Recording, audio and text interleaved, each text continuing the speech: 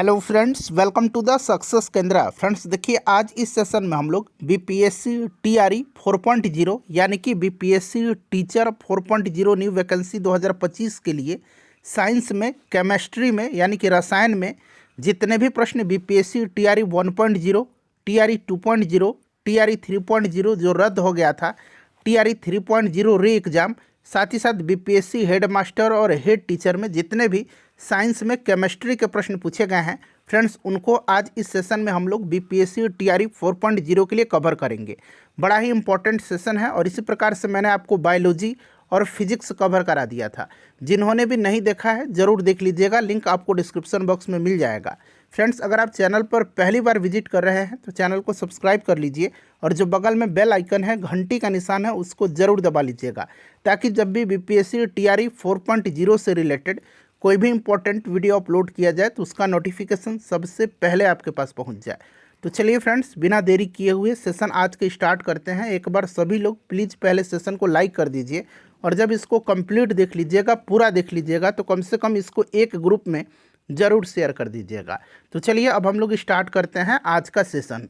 तो फ्रेंड्स, जिस प्रकार मैंने आपको बताया है कि आज इस सेशन में हम लोग बीपीएससी टीआरई 4.0 के लिए साइंस में यानी कि केमिस्ट्री में जितने भी प्रश्न बीपीएससी टीआरई 1.0, टीआरई 2.0, टीआरई 3.0 जो कैंसिल हो गया था, टीआरई 3.0 का री एग्ज़ाम हुआ था, साथ ही साथ बीपीएससी हेड मास्टर और हेड टीचर में जितने भी साइंस में केमिस्ट्री के प्रश्न पूछे गए हैं उनको आज इस सेशन में हम कवर करेंगे।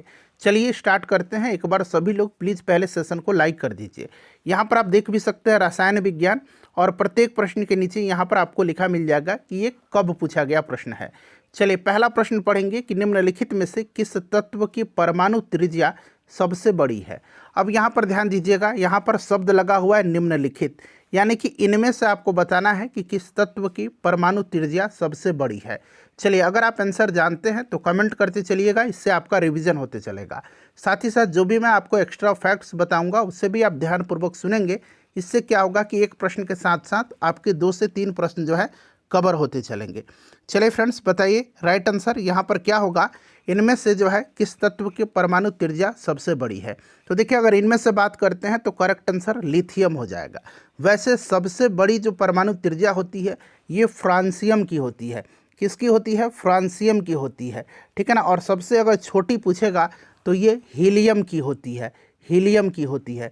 तो ये सब भी आप याद रखिएगा, यहाँ निम्नलिखित में से पूछा गया है तो लिथियम राइट आंसर हो जाएगा। चलिए उसके बाद देखिएगा कि फलों को ज़बरदस्ती पकाने के लिए निम्नलिखित में से किस गैस का उपयोग किया जाता है। फलों को ज़बरदस्ती पकाने के लिए किस गैस का प्रयोग किया जाता है।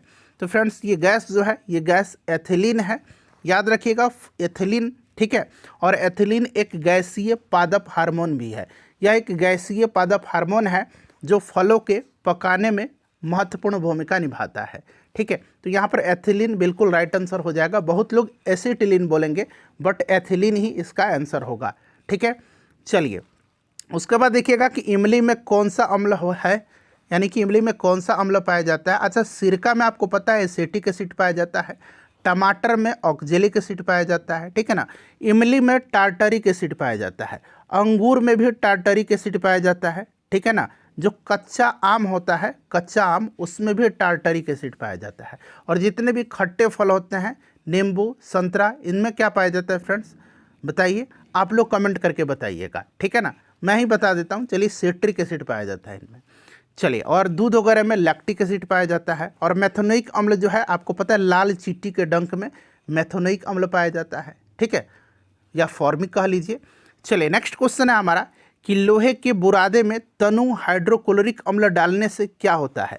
लोहे के बुरादे में तनु हाइड्रोक्लोरिक अम्ल डालने से क्या होता है, बताइए राइट आंसर यहाँ पर क्या होगा फ्रेंड्स। तो फ्रेंड्स यहाँ पर देखिएगा, लोहे के बुरादे में तनु हाइड्रोक्लोरिक एसिड डालने से जो है हाइड्रोजन गैस और आयरन क्लोराइड का उत्पादन होता है, ठीक है ना। इसको आप लोग डायरेक्टली याद रख सकते हैं। चलिए अगला प्रश्न है, और इसी प्रकार से मैंने आपको बायो कवर कराया हुआ है, फिजिक्स कवर करा दिया है, ठीक है ना। साथ ही साथ देखिए मैंने आपको ज्योग्राफी भी कवर कराया हुआ है, मैंने आपको मॉडर्न हिस्ट्री कवर कराया हुआ है। ढेर सारे वीडियोज हमने कराए हुए हैं। अगर आपने नहीं देखा है तो देखिएगा, लिंक डिस्क्रिप्शन बॉक्स में आपको मिल जाएगा। निम्नलिखित में से किसका पीएच 7 से अधिक है। अब देखिएगा जो पीएच स्केल होता है ना, ये इसका रेंज होता है 0 से लेकर के 14 तक। 7 जो होता है ये उदासीन होता है, ठीक है, और 7 से जब आगे बढ़ेंगे तो ये क्षारीय होता है, ठीक है ना, और 7 से जो कम होता है वो अम्लीय होता है। क्लियर ना।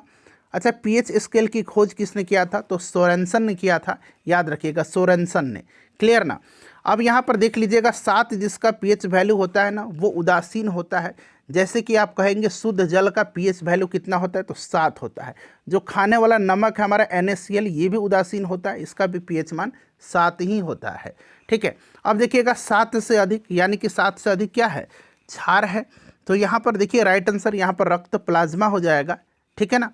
चलिए नेक्स्ट क्वेश्चन कर लेंगे, अगला प्रश्न कि जलीय विलयन जिसका पीएच 0 है क्या होगा? तो अभी मैंने बताया था कि 7 उदासीन है, 7 से अधिक क्षारीय है, 7 से कम अम्लीय है, यानी कि जिसका पीएच 0 हो रहा है वो निश्चित रूप से अम्लीय होगा, ठीक है। तो यहाँ पर देखिए अम्लीय दिया भी गया है। चलिए अगला प्रश्न कर लेंगे, नेक्स्ट क्वेश्चन कि रासायनिक गुणों को अपरिवर्तित रखते हुए एक परमाणु के नाभिक में जोड़ने वाला कण कौन सा है?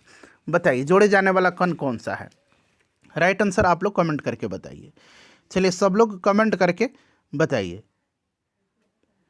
तो यहाँ पर आप देखेंगे ये आपका कौन सा हो जाएगा? न्यूट्रॉन हो जाएगा, ठीक है ना। न्यूट्रॉन यहाँ पर करेक्ट आंसर हो जाएगा। अगला प्रश्न है कि जिन डिब्बों में खाना पैक किया जाता है उन पर टीन की परत चढ़ी होती है, न कि जिंक की, क्योंकि बड़ा ही ये आपका इंपॉर्टेंट क्वेश्चन, आप देख सकते हैं ऑलरेडी ये 2 बार पूछा गया है और इसको पूछे जाने की फिर से अभी भी संभावना है। तो आपको पता है फ्रेंड्स इसका करेक्ट आंसर क्या हो जाएगा?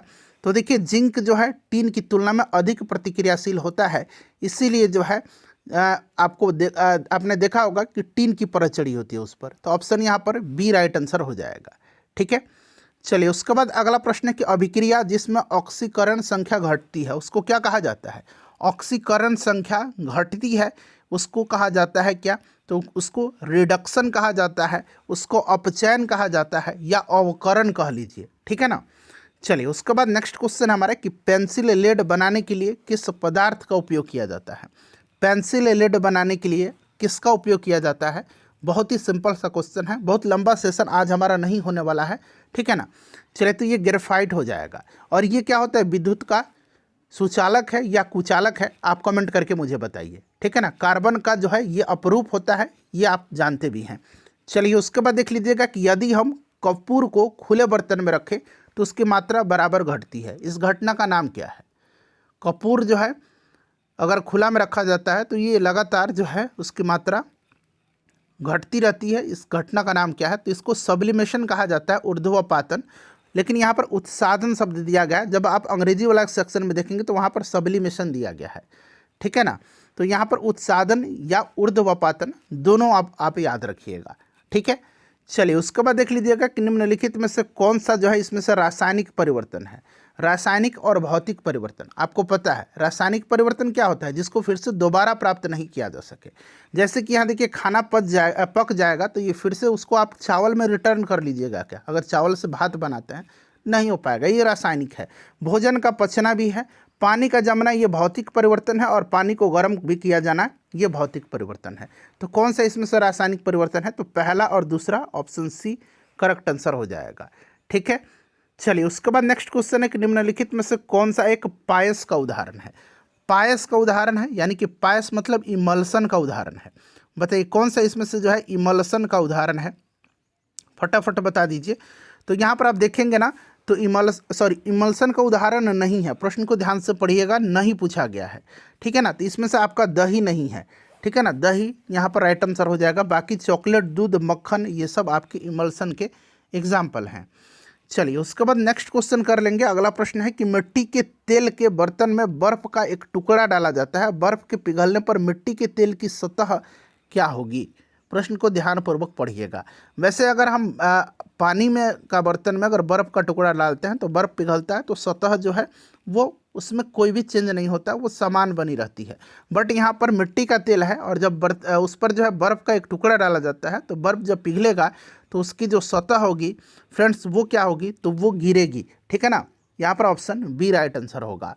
चलिए उसके बाद देखिएगा कि निम्नतम अवस्था में हाइड्रोजन परमाणु की कक्षा में एक इलेक्ट्रॉन की चाल होती है, एक इलेक्ट्रॉन की चाल होती है।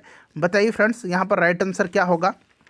अच्छा क्वेश्चन है, बताइए इलेक्ट्रॉन की चाल क्या होगी? चलिए सब लोग बताइएगा इसका राइट आंसर क्या होगा। तो फ्रेंड्स यहाँ पर आप देख सकते हैं, इसमें अगर हम बात करते हैं इलेक्ट्रॉन की चाल क्या होगी, तो यहाँ पर आप थोड़ा सा ध्यान दीजिएगा। ये होता है C/137। क्या होगा? C/137 होता है, जहाँ पर C जो होता है वो प्रकाश की चाल होती है। ये C क्या है? ये C प्रकाश की चाल है। C क्या है? प्रकाश की चाल है, याद रखिएगा। इसको आप डायरेक्टली भी याद रख सकते हैं, C/137। ठीक है ना। चलिए उसके बाद नेक्स्ट क्वेश्चन हमारा है कि Al2O3 2SiO2 इंटू 2H2O निम्नलिखित में से किसका जो है सूत्र है? किसका रासायनिक सूत्र है? चलिए बताइए किसका ये रासायनिक सूत्र है। सब लोग आंसर कमेंट करिएगा, ये किसका रासायनिक सूत्र है। तो फ्रेंड्स यहाँ पर आप ध्यान देंगे, ये रासायनिक सूत्र किसका है, तो आप देखेंगे कि ये रासायनिक सूत्र जो है ये चीनी मिट्टी का है। किसका है रासायनिक सूत्र? तो ये रासायनिक सूत्र है आपका चीनी मिट्टी का। तो यहाँ पर राइट आंसर हो जाएगा चीनी मिट्टी। ठीक है ना। और इसका रासायनिक नाम क्या है? Hydrated aluminium silicate. Hydrated aluminium silicate. Hydrated aluminium silicate. ठीक है। चलिए उसके बाद देखिएगा कि हाइड्रोजन परमाणु के 90वें स्थिर कक्ष का अर्धव्यास किसके समानुपाती होगा? बताइए किसके समानुपाती होगा? हाइड्रोजन परमाणु के 90वें स्थिर कक्ष का अर्धव्यास किसके समानुपाती होगा? चलिए बताइएगा। तो यहाँ पर आप देखेंगे फ्रेंड्स, ये जो आपका समानुपाती होगा, ये आपका समानुपाती होगा R=N² के। ऑप्शन यहाँ पर C राइट आंसर हो जाएगा। ठीक है ना। यहाँ पर आपका ऑप्शन CN² करेक्ट आंसर हो जाएगा। ठीक है।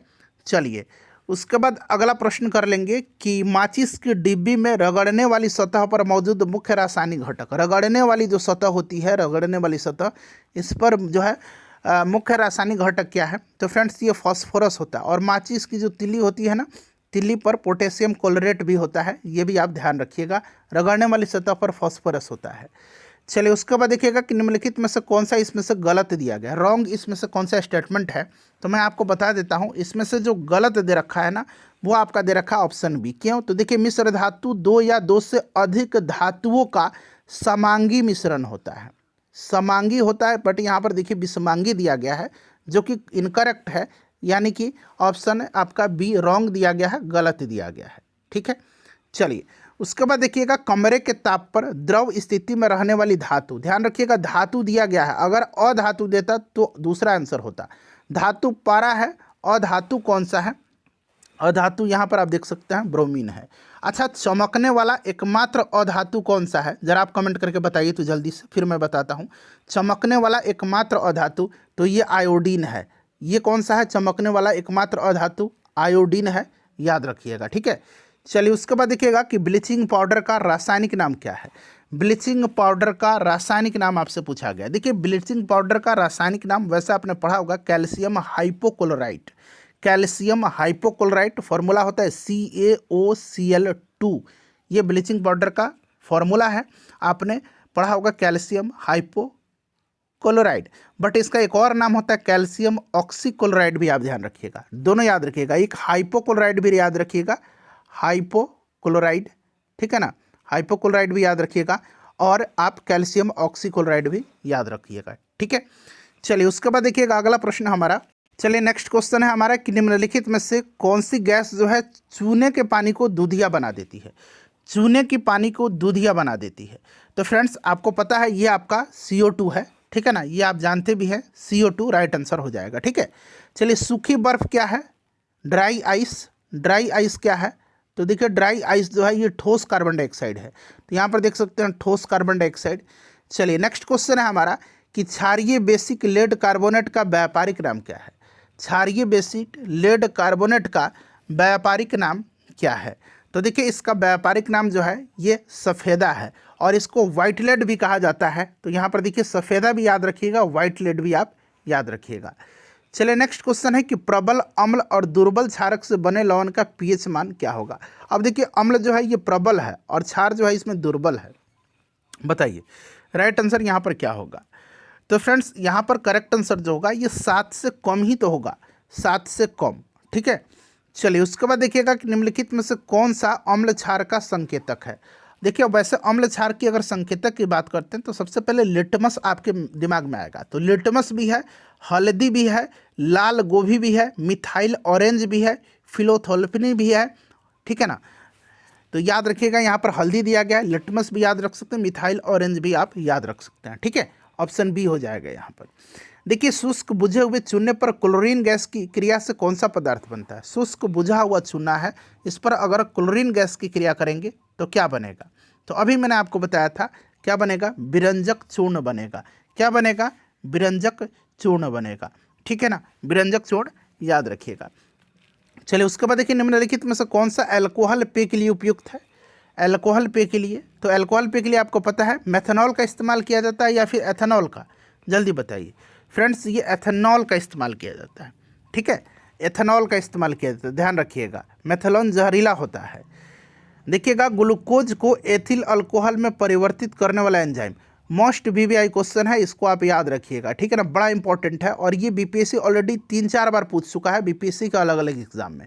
तो यहाँ पर ध्यान रखिए ग्लूकोज को एथिल अल्कोहल में परिवर्तित करने वाला ये जाइमेज है, ठीक है ना, जाइमेज है, याद रखिएगा। बीपीएससी असिस्टेंट के पेपर में भी एक बार ये पूछा गया था, मुझे अच्छे तरीके से याद है, यहाँ पर जाइमेज होगा। चलिए उसके बाद देखिए पानी में घुलने पर उसे कठोर बनाने वाला यौगिक कौन सा है। चलिए जल्दी से आप इसका आंसर बताइएगा, फटाफट बताइए। देखिए फ्रेंड्स पानी में घुलने पर उसे कठोर बनाने वाला यौगिक जो है कैल्शियम बाइकार्बोनेट है। यह है कैल्शियम बाइकार्बोनेट है। पानी की कठोरता कैल्शियम और मैग्नीशियम के घुलनशील बाइकार्बोनेट्स, क्लोराइड और सल्फेट की उपस्थिति के कारण होता है, ठीक है। तो यहाँ पर ये याद रखिएगा, ऑप्शन यहाँ पर आपका सी राइट आंसर होगा, ठीक है। चलिए उसके बाद देखिए साबुन उद्योग का उपजात क्या है। साबुन उद्योग का उपजात, तो फ्रेंड्स आपको भी पता है ये ग्लिसरॉल है, ठीक है। चलिए उसके बाद देखिएगा कि निम्नलिखित में से कौन सी सिरके का संगठन है। तो सिरके का इसमें से संगठन जो है ये आपका 5 से 8% जो है पानी में एसिटिक एसिड का घोल है। ऑप्शन यहाँ पर डी राइट आंसर हो जाएगा। नेक्स्ट क्वेश्चन हमारा कि देखिए निम्नलिखित में से कौन सा तत्व आसानी से एक इलेक्ट्रॉन मुक्त करता है। तो इसमें से अगर हम बात करें, देखिए बीपीएससी हेड मास्टर का ये क्वेश्चन है और ये अच्छा क्वेश्चन है, इंपॉर्टेंट भी है। तो फ्रेंड्स ये आपका पोटेशियम है, ये आसानी से इलेक्ट्रॉन त्याग करता है, ठीक है। उसके बाद देखिएगा कमरे के ताप पर द्रव अवस्था में रहने वाला एक धातु, तो अभी मैंने बताया था धातु और अधातु दोनों का नाम, धातु यहाँ पर मरकरी हो जाएगा। चलिए उसके बाद देखिएगा अम्ल क्षार के साथ क्रिया करके लवण तथा पानी बनाते हैं, इस प्रतिक्रिया को यानी कि इस रिएक्शन को क्या कहा जाता है। अम्ल क्षार के साथ अभिक्रिया करके लवण और पानी बनाते हैं, इस प्रतिक्रिया को, इस रिएक्शन को कहा जाता है न्यूट्रलाइजेशन, यानी कि इसको हिंदी में निष्प्रभावीकरण कहेंगे। ऑप्शन यहाँ पर डी होगा इसका आंसर। देखिएगा कि वह प्रक्रिया जिसमें ऑक्सीजन को हटाया जाता है, तो ऑक्सीजन को हटाया जाता है, मैंने बताया था रिडक्शन उसको बोलेंगे, अवकरण बोलेंगे, या फिर इसको अपचयन भी बोलते हैं, ठीक है ना। चलिए नेक्स्ट क्वेश्चन है कि दवाई उत्पादन में इथाइल अल्कोहल का उपयोग किया जा सकता है, बताइए किसके रूप में। तो फ्रेंड्स देखिए इसका उपयोग जो किया जाता है ना, इसको एंटीसेप्टिक के रूप में किया जाता है, एंटीसेप्टिक के रूप में, याद रखिएगा किसके रूप में किया जाता है, एंटीसेप्टिक के रूप में किया जाता है, ठीक है। पेय पदार्थ में भी इसका इस्तेमाल किया जाता है, मैंने बताया था इथाइल अल्कोहल का, ठीक है। रासायनिक सूत्र बता देते हैं, C2H5OH होता है, ठीक है, ध्यान रखिएगा। चलिए उसके बाद अगला प्रश्न है कि जिंक ऑक्साइड का साधारण रूप से किस उत्पादन में उपयोग होता है, जिंक ऑक्साइड का। तो जिंक ऑक्साइड का उपयोग जो किया जाता है ये पेंट में किया जाता है, तो यहाँ पर पेंट राइट आंसर हो जाएगा। चलिए उसके बाद देखिए निम्न में से कौन सा कोलाइड नहीं है। इसमें से देखिएगा कोलाइड कौन सा नहीं है, तो रक्त कोलाइड है, धुआं है, सिरका नहीं है, तो यहाँ पर देखिए सिरका राइट आंसर हो जाएगा। अगला प्रश्न है कि निम्नलिखित में से किसमें टंगस्टन का प्रयोग किया जाता है। टंगस्टन का प्रयोग किस में किया जाता है, तो इलेक्ट्रिक बल्ब में किया जाता है, विद्युत बल्ब में, ठीक है ना।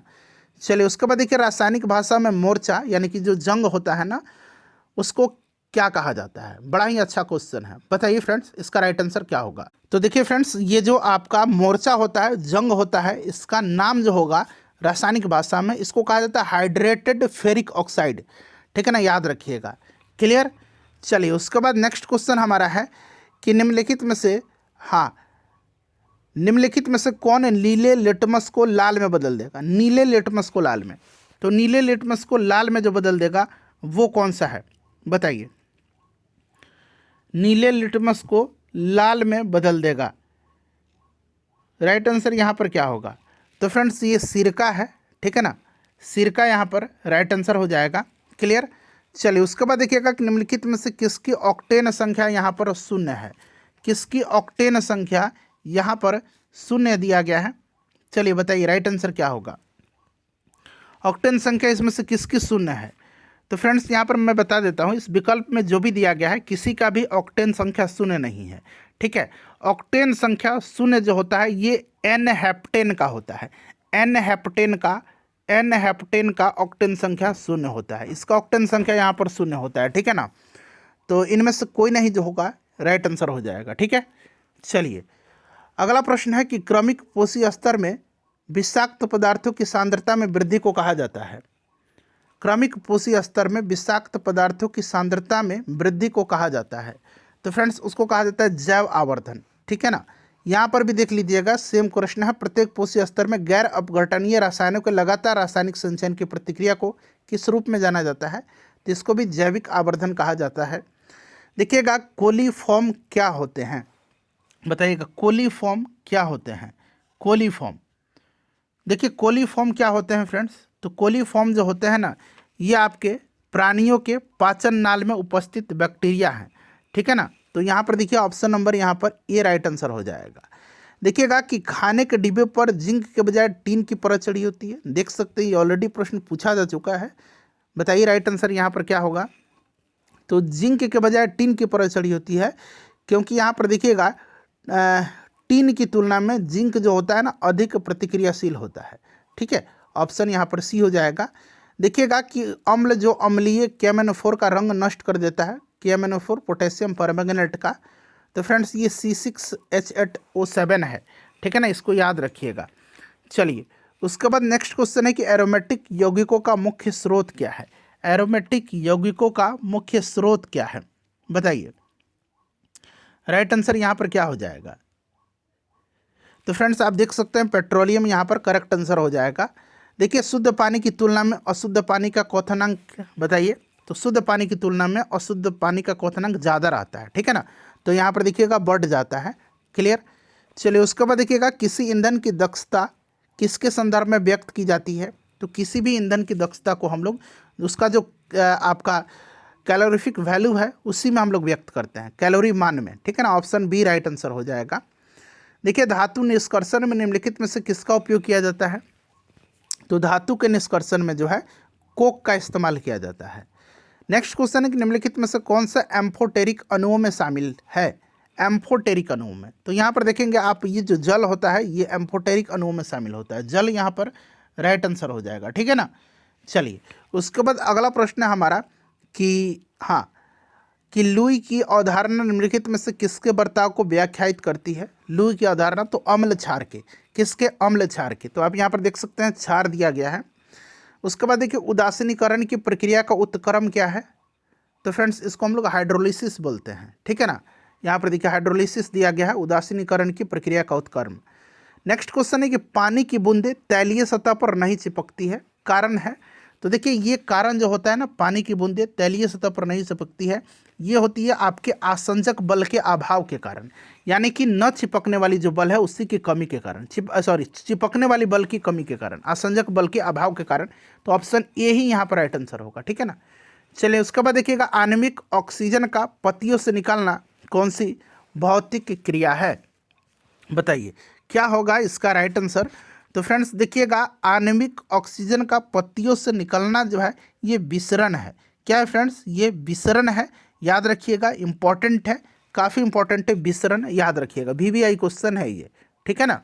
चलिए उसके बाद देखिएगा कि वह प्रक्रिया जिसमें प्रकाश संश्लेषण के दौरान वायुमंडलीय कार्बन डाइऑक्साइड को कार्बोहाइड्रेट में परिवर्तित किया जाता है। बता दीजिए फटाफट कि इसका करेक्ट आंसर क्या होगा, जल्दी से बताइए इसका राइट आंसर क्या होगा? वह प्रक्रिया जिसमें प्रकाश संश्लेषण के दौरान वायुमंडलीय कार्बन डाइऑक्साइड को कार्बोहाइड्रेट में जो है परिवर्तित किया जाता है। तो फ्रेंड्स यह अपचयन है, ठीक है ना, अपचयन रिडक्शन है, याद रखिएगा रिडक्शन है। क्लियर। प्रकाश संश्लेषण के दौरान दो सबस्ट्रेट यानी कि CO2 और H2O प्रकाश की उपस्थिति में प्रतिक्रिया करके दो उत्पाद, ठीक है ना, आपके कार्बोहाइड्रेट और ऑक्सीजन बनाते हैं। ठीक है, चलिए अगला प्रश्न है हमारा कि निम्नलिखित में से कौन सा गैस वायुमंडलीय प्रदूषक माना जाता है। इसका आंसर आप लोग मुझे कमेंट करके बताइए। और फ्रेंड्स प्लीज़ सेशन को लाइक कर दीजिए, शेयर कर दीजिए। पूरा केमिस्ट्री मैंने आपको कंप्लीट करा दी।